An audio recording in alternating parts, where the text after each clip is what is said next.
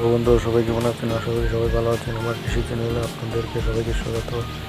আজকে আমি দেখাতে চলেছি বেগুন খেতে কীভাবে স্প্রে করে ওষুধ দিতে হয়। তো বন্ধুরা চলো দেরি না করে দেখাচ্ছি।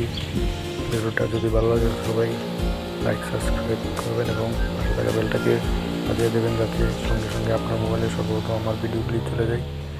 দেখতেই পাচ্ছেন বেগুন খেতে কীভাবে ওষুধ দিচ্ছি। প্রায় ওষুধ দেওয়া শেষের পথেই।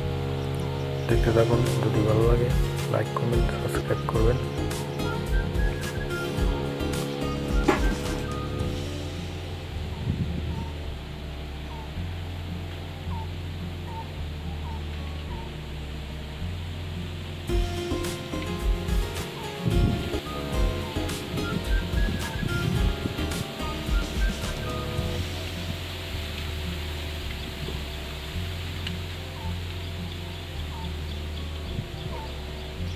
ধন্যবাদ বন্ধুরা, সম্পূর্ণ ভিডিও দেখার জন্য অনেক অনেক ধন্যবাদ।